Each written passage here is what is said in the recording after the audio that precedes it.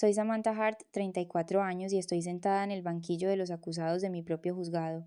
Con el pulgar acaricio la bufanda de lobo rojo que descansa en mi regazo. Al otro lado del pasillo, Kevin y Karen se ríen con su abogado, gastándose ya los 5 millones de euros que creen estar a punto de robarme. Ni siquiera me reconocen. Entonces la voz del alguacil corta el aire de la sala. Silencio en la sala. Pónganse en pie para recibir a la honorable jueza Samantha Hart. Mis padres se levantan, esperando a una extraña, pero yo me levanto con ellos.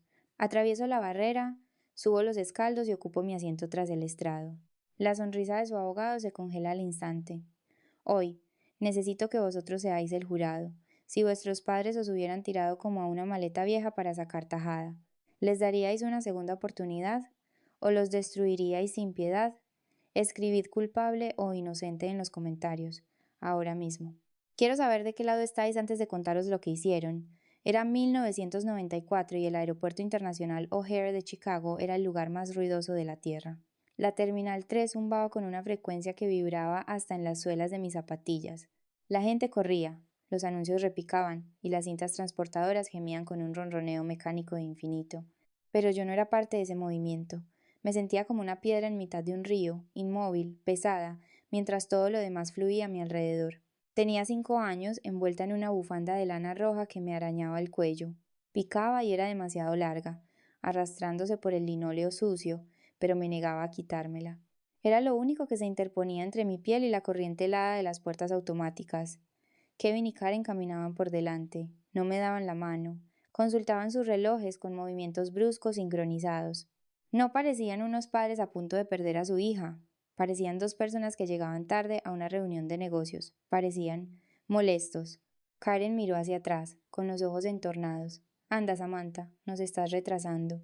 Me guiaron más allá de los mostradores de facturación, más allá de los reencuentros felices en las puertas de embarque, hasta el final, a la zona de recogida de equipajes especiales. Era un espacio cavernoso, industrial, donde palos de golf y sillas de coche eran escupidos sobre un carrusel de metal. El aire olía a combustible y a café rancio. Espera aquí, dijo Kevin. Señaló un banco de metal atornillado al suelo. Vigila las maletas. Tenemos que ir a por los billetes. No te muevas hasta que volvamos. ¿Cuánto tardaréis? Mi voz era un susurro. Solo cuenta las maletas, dijo Karen sin mirarme. Miraba las señales de salida. Cuenta 500 maletas. Cuando termines, ya estaremos aquí. Me senté. Me subí la bufanda roja hasta la nariz y empecé a contar. 2, 3, un par de esquís, la funda de una guitarra, una caja de cartón cerrada con cinta. Conté hasta 50. Conté hasta 100. La multitud empezó a desaparecer. El zumbido de la cinta se volvió rítmico, hipnótico. 200, 300. Cuando llegué a 500, el carrusel se había detenido. Los demás pasajeros habían recogido sus cosas y se habían ido. La luz pareció atenuarse, zumbando con ese sonido de bajo voltaje que solo tienen los lugares solitarios. Me quedé allí, aferrada a la lana de mi bufanda, y comprendí algo para lo que una niña de 5 años no debería tener palabras. No llegaban tarde, no se habían perdido. La expresión de sus caras cuando se marcharon no había sido de pánico. Había sido de alivio. Me habían dejado en la zona de equipajes especiales porque eso es exactamente lo que yo era para ellos. Pesada, una carga, algo que se factura y nunca se reclama. Fue entonces cuando el silencio me golpeó. No era una quietud pacífica. Era una manta pesada y asfixiante que me oprimía el pecho hasta dejarme sin aliento. Ese silencio rompió algo dentro de mí. Me robó la voz. Durante los 4 años siguientes a esa noche apenas hablé. Dejé que el mundo me sucediera, porque tenía demasiado miedo de hacer un solo ruido. Tardé 3 décadas en aprender que el silencio podía ser un arma, no solo una herida. Hoy, cuando me siento en el estrado y la sala enmudece, esperando mi veredicto, soy yo quien controla el silencio. Lo uso para imponer respeto. Pero entonces en la Terminal 3, el silencio me controlaba a mí, me decía que no era nada. No sé cuánto tiempo estuve allí sentada, congelada. Al final, un guardia de seguridad en un Segway pasó a mi lado, se detuvo en seco y dio la vuelta. Pero antes de que pudiera decir nada, un hombre con un traje gris salió de entre las sombras de un pilar. Me di cuenta más tarde de que llevaba un rato allí, observando, esperando a ver si alguien volvía. Era alto, con ojos amables detrás de unas gafas de montura metálica. No parecía un héroe, parecía un contable. Está conmigo, le dijo al guardia, que ya buscaba su radio. Voy a llamar a servicios sociales. No, dijo el hombre. Su voz era suave, pero cortaba el aire como el acero. Se acercó y se arrodilló frente a mí, ignorando la suciedad del suelo. No me tocó, solo me miró directamente a los ojos, reconociendo mi existencia. Me llamo William, dijo. Los vi marchar. Lo siento, no mintió, no dijo que volverían, me dijo la verdad. Y en ese instante me salvó de la mentira que yo intentaba contarme a mí misma. Se quedó conmigo hasta que llegó la policía, se quedó durante el proceso de acogida y al final se quedó para siempre. Fue la red de seguridad que me recogió cuando mi propia sangre me dejó caer. William murió un martes por la mañana, en silencio, tal como había vivido. No hubo fanfarrias ni titulares, solo un pequeño funeral al que asistió el personal del refugio que él había financiado en secreto durante décadas. Yo me senté en primera fila, con la bufanda roja puesta, sintiendo cómo el peso del silencio regresaba. Él había sido mi ancla, la única persona que me demostró que yo no era solo equipaje abandonado. Luego llegó la lectura del testamento. Esperaba la casa, quizá una modesta cuenta de ahorros. En su lugar, el abogado me entregó una cartera repleta de documentos. William no era solo un contable jubilado, era un inversor ángel que había apostado por 3 de las mayores empresas tecnológicas de los años 90. Había vivido con sencillez para poder dar con generosidad. La cifra final era de 5.500.000 euros. 100.000 euros por cada uno de los 55 años de su carrera. Me lo dejó todo a mí. La noticia saltó 2 días después. Jueza local hereda una fortuna secreta. Era la señal de alarma que tanto había temido. El teléfono tardó exactamente 48 horas en sonar. No fue una llamada, fue un agente judicial. Me entregaron una demanda en la puerta de mi casa. Custodia fraudulenta y robo de herencia. Los demandantes eran Kevin y Karen Hart. No llamaron para preguntar cómo estaba, no pidieron verme, demandaron. Alegaban que William me había secuestrado del aeropuerto 30 años atrás. Alegaban que me habían estado buscando sin descanso durante 3 décadas, víctimas de un sofisticado complot de secuestro. Exigían los 5,5 millones de euros íntegros como restitución por su dolor y sufrimiento, además de la escritura de la casa de William. Me senté en mi salón a leer la demanda. Era una obra maestra de la mentira. Describían su agonía al perder a su amada hija, describían el vacío en sus corazones que nunca sanó. No lloré, no entré en pánico, entré en modo jueza. Analicé la demanda no como una hija, sino como una magistrada revisando un expediente. Y entonces lo vi. El libro de contabilidad de un narcisista. Para unos padres normales, un hijo es una persona. Para Kevin y Karen yo era un activo. A los 5 años era un pasivo, una boca que alimentar, una carga que arrastrar por un aeropuerto, así que me liquidaron. Me dejaron en la recogida de equipajes para reducir pérdidas. Pero ahora, 30 años después, mi valor había cambiado. Ya no era un pasivo, era una cuenta por cobrar. Venía con una etiqueta de 5,5 millones de euros. No habían vuelto porque me echaran de menos. Habían vuelto porque su inversión por fin había madurado y querían cobrar. No era amor, era contabilidad. Estaban intentando cuadrar sus cuentas con mi vida. Y la audacia, la pura y absoluta codicia, quemó los últimos vestigios de la niña asustada que aún quedaba dentro de mí. Creían que estaban demandando a una víctima. No se daban cuenta de que estaban demandando a la propia ley. Dejé los papeles sobre la mesa. No llamé a un abogado de inmediato. En lugar de eso, fui al espejo y me miré. Vi los ojos de la niña que contó hasta 500. Vi a la mujer que había metido a criminales entre rejas por mucho menos que esto. Moción denegada susurré en la soledad de la habitación. Cogí el teléfono y llamé al mejor contable forense del estado. Necesito que cabes, le dije. Vuelve a 1994. Encuéntralo todo. Querían una pelea. Les daría una guerra y me aseguraría de que el coste de esta demanda fuera todo lo que les quedaba. No respondí a la demanda. No llamé a Kevin ni a Karen para gritar, ni suplicar, ni preguntar por qué. Eso es lo que haría una hija. Yo ya no era una hija. Era una demandante construyendo un caso contra 2 acusados que habían cometido un error de cálculo fatal. Entré en modo jueza. En mi profesión no operamos con sentimientos, operamos con pruebas. Llamé a Sarah Jenkins, la contable forense más implacable de Chicago. Le di una sola instrucción. Vuelve a 1994. Averigua de dónde sacaron el dinero, porque los estafadores no cambian. Si fueron lo bastante codiciosos para demandarme ahora, lo fueron para intentar sacar provecho de mí entonces. Nadie abandona a un hijo sin intentar capitalizar la pérdida. Durante 3 días, la mesa de mi comedor se convirtió en un cuartel general. Sacamos declaraciones de impuestos, viejos registros de propiedad y archivos judiciales que olían a polvo y a podredumbre. La mayoría de la gente cree que el pasado está enterrado. No lo está, solo está esperando en un microfilme. Sara encontró la anomalía un martes por la noche. Sam, dijo, con voz neutra, mira esto, 1995. Me incliné sobre su hombro. Allí, enterrado en una pila de archivos digitalizados del condado de Cook, había un número de expediente de un caso civil.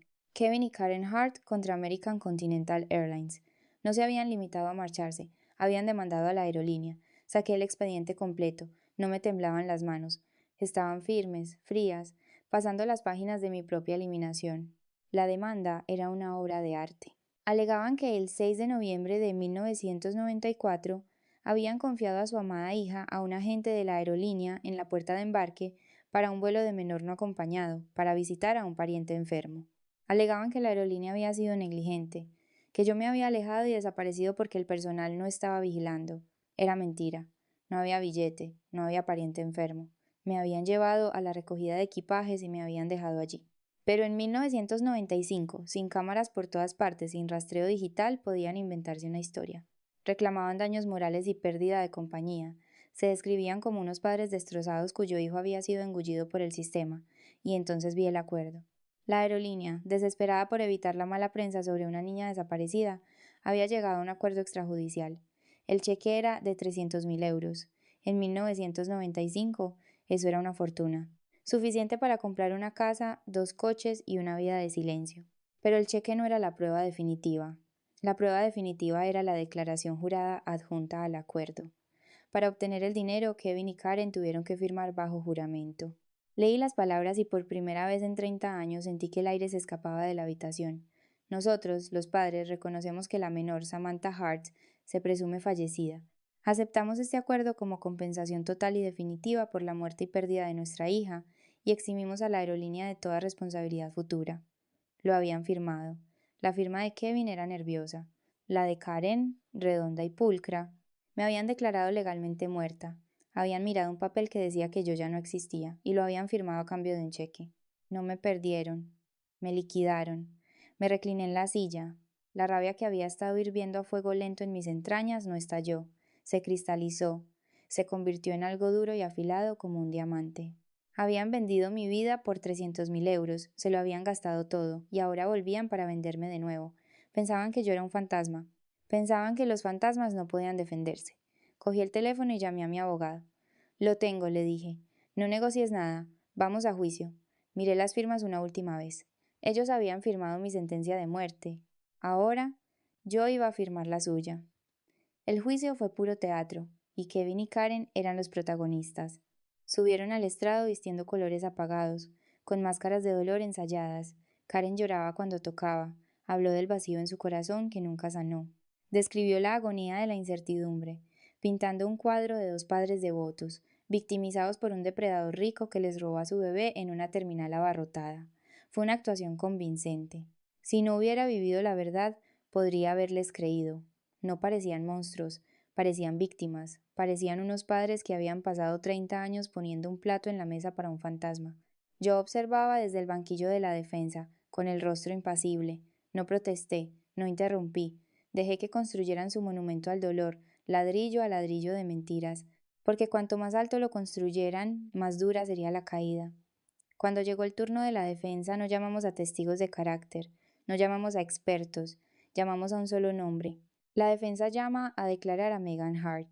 El aire se escapó de la sala. La cabeza de Kevin se giró bruscamente hacia las puertas. Karen dejó escapar un pequeño grito ahogado. No se lo esperaban. Pensaban que Megan, la hija que se quedaron, la hija que criaron, era leal. Pensaban que era parte de la estafa. Megan avanzó por el pasillo. Tenía 28 años. Era trabajadora social, con ojos cansados y una postura que pedía perdón por ocupar espacio. No miró a nuestros padres, me miró directamente a mí. Fue como mirarse en un espejo que había envejecido de forma diferente. Teníamos la misma nariz, la misma mandíbula, pero donde yo me había endurecido, ella se había vuelto pesada. Subió al estrado, prestó juramento, y luego desmanteló sus vidas. Megan, preguntó mi abogado, ¿cómo fue crecer en la casa de los Hart? Megan tomó una bocanada de aire que sacudió todo su cuerpo. Fue como vivir en un mausoleo, dijo. Su voz era baja pero clara. Yo no era solo su hija, era el reemplazo. Crecía a la sombra de la trágica hermana perdida. Pero no se trataba de echar de menos a Samantha, se trataba de usarla. Era la paradoja de la hermana fantasma. Siempre había asumido que Megan era la afortunada. Ella fue la que se quedó en casa, la que tuvo padres. Pero mientras hablaba me di cuenta de mi error. Yo había escapado. Ella había estado atrapada en esa farsa durante 28 años. Usaban la historia, continuó Megan. Cada vez que se retrasaban con el alquiler, cada vez que papá perdía dinero en el juego, sacaban a relucir la tragedia. La iglesia les daba dinero. Los vecinos trajeron guisos durante años. Mi hermana no era una persona para ellos, era una moneda de cambio. Su ausencia pagaba las facturas. Karen se levantó, con la cara roja. Megan, para. No te atrevas, siéntese, ladró el alguacil. Megan no se inmutó. Metió la mano en su bolso y sacó una caja de zapatos. Olía a moho y a aislamiento de desván. Le dijeron a todo el mundo que se gastaron hasta el último céntimo buscándola, dijo Megan. Me dijeron que contrataron investigadores, que rastrearon el mundo entero. Pero la semana pasada, mientras limpiaba el desván buscando fotos antiguas, encontré esto. Abrió la caja. No estaba llena de carteles de persona desaparecida. No estaba llena de correspondencia con la policía. Son recibos del casino, dijo Megan, del Empress Riverboat Casino en Joliet. Sostuvo un puñado de papeles térmicos descoloridos. Tienen fecha del 7, 8 y 9 de noviembre de 1994, la semana que Samantha desapareció. Mientras la policía la buscaba en el aeropuerto, Kevin y Karen estaban jugando. No la estaban buscando, estaban celebrándolo. El silencio en la sala era absoluto. Era el mismo silencio pesado y asfixiante que recordaba de la recogida de equipajes. Pero esta vez no me estaba aplastando a mí, los estaba aplastando a ellos. Megan miró a nuestros padres, las lágrimas por fin desbordándose. Solía sentirme culpable por ser yo la que se quedó, susurró. Pero ahora me doy cuenta de que Samantha fue la que escapó. Yo fui la que se quedó atrás. Kevin se hundió en su silla, un hombre cuya existencia entera acababa de ser expuesta como un fraude hueco. No solo habían abandonado a una hija, habían devorado a la otra. Mi abogado no le dio tiempo a la sala para respirar. El testimonio de Megan había agrietado los cimientos, pero necesitábamos derribar la casa entera. Se acercó al estrado y colocó un único documento amarillento frente a la jueza que presidía. Era una copia compulsada del acuerdo de 1995 de los archivos del condado de Cook. Señoría, dijo, su voz cortando los susurros atónitos de la galería. Los demandantes reclaman la custodia de una herencia basándose en sus derechos parentales. Sin embargo, según esta declaración jurada, firmada el 12 de diciembre de 1995, Kevin y Karen Hart declararon legalmente a su hija Samantha Hart fallecida. El rostro de Kevin se volvió del color de la ceniza. Karen le agarró del brazo, sus uñas clavándose en la tela barata de su chaqueta. Sabían exactamente qué era ese papel. Era el recibo de mi vida. La jueza leyó el documento. Sus ojos se entrecerraron. Levantó la vista del papel hacia los demandantes, y la expresión de su rostro ya no era de neutralidad judicial, era de puro y absoluto asco. Señor y señora Hart, dijo la jueza con una voz peligrosamente baja, ustedes aceptaron 300.000 euros de American Continental Airlines por la muerte de su hija. Firmaron una declaración afirmando que había desaparecido. Así que, una de dos cosas es cierta ahora mismo. O cometieron un delito de estafa y fraude en 1995 o están cometiendo perjurio y fraude contra este tribunal hoy. ¿Cuál de las dos es? La trampa se había cerrado. Si admitían que yo estaba viva entonces, eran delincuentes que habían robado una fortuna. Si se aferraban a la historia de que estaba muerta, no tenían base legal para demandarme, porque los fantasmas no tienen herederos. Su abogado, dándose cuenta de que lo habían llevado a un campo de minas, se apartó físicamente de ellos. Empezó a recoger su maletín. Me levanté. No pedí permiso. No esperé a que mi abogado hablara. Rodeé la mesa de la defensa y me planté en el centro del pasillo, frente a ellos. Durante 30 años había tenido miedo de estas personas. Había dejado que su recuerdo atormentara cada habitación silenciosa en la que entraba. Pero al verlos ahora, temblando, atrapados y pequeños, me di cuenta de que no estaba mirando a monstruos, estaba mirando a parásitos. Me vendisteis, dije. No grité. Usé la voz que utilizo para sentenciar a un delincuente violento, fría, plana y definitiva. No me dejasteis en el aeropuerto, me cobrasteis. Le pusisteis un precio a vuestra propia hija y os lo gastasteis en blackjack y máquinas tragaperras. Karen intentó hablar. Abrió la boca, con lágrimas corriendo por su cara. La misma actuación que había usado con la iglesia, los vecinos y Megan. Samantha, por favor. Sollozó. Éramos jóvenes. Teníamos miedo. Te queríamos. Me declarasteis muerta, interrumpí. Firmasteis un papel diciendo que yo ya no existía para poder compraros un barco. Pues enhorabuena. Teníais razón. La hija que tuvisteis está muerta. Murió en la Terminal 3. Me incliné hacia ellos, dejando que el silencio se alargara hasta ser casi insoportable. Este era el mazo del silencio. Ya no me ahogaba en él, lo empuñaba. Un fantasma no puede heredar, Kevin. Pero un fantasma puede atormentarte. Y te prometo que os atormentaré con cada instrumento legal a mi disposición hasta que deseéis no haber vuelto a entrar en mi vida. La jueza golpeó su mazo. Sonó como un disparo, caso desestimado con sobreseimiento libre. Alguacil, por favor, escolte a los demandantes bajo custodia. Remito este asunto a la Fiscalía del Distrito para una investigación inmediata por fraude al seguro y perjurio. Kevin y Karen empezaron a gritar mientras los agentes se acercaban, pero no me quedé a mirar. Les di la espalda, igual que ellos me la habían dado a mí. Las consecuencias fueron absolutas. El delito de fraude del acuerdo de 1995 era un nudo legal complejo por la prescripción, pero el perjurio que cometieron en la sala era reciente. Fueron acusados 3 semanas después. Las noticias locales, que inicialmente habían publicado la historia de la fortuna secreta de la jueza, ahora publicaban un titular muy diferente: los padres que vendieron a su hija. Su reputación quedó incinerada. La iglesia les dio la espalda. Los vecinos que les habían llevado guisos durante 30 años exigieron explicaciones que no podían dar. Perdieron su casa para pagar los honorarios legales. Se quedaron sin nada. Sin dinero, sin estatus y sin hijas. No me quedé con los 5,5 millones. William no me los había dado para comprar un yate, me los había dado para construir una red de seguridad. Usé el dinero para lanzar la Fundación La Maleta Olvidada. Proporcionamos defensa legal de primer nivel a jóvenes tutelados que salen del sistema, asegurándonos de que cuando el Estado deja de preocuparse, alguien más lo haga. Nos aseguramos de que ningún niño tenga que quedarse solo en una terminal, preguntándose si importa. 6 meses después, estaba sentada en una cafetería en el centro de Chicago. Al otro lado de la mesa, Megan se reía de algo que yo había dicho. Parecía diferente. El peso había desaparecido de sus hombros. Había dejado su trabajo en la agencia y había venido a trabajar para la fundación como nuestra trabajadora social principal.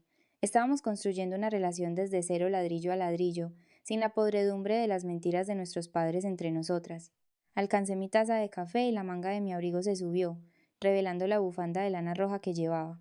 No la llevaba porque tuviera frío, la llevaba porque quedaba bien. Ya no era un escudo, era solo una bufanda. La cafetería era ruidosa, llena de tazas tintineando y conversaciones, pero por un momento me permití escuchar el silencio que había debajo de todo aquello. No era el silencio aterrador y solitario del aeropuerto, era el silencio pacífico de un caso cerrado, era el silencio de una deuda finalmente saldada. Miré a Megan, miré el trabajo que estábamos haciendo, y me di cuenta de que William tenía razón. Yo no era la niña que fue abandonada, fui la niña que fue recogida,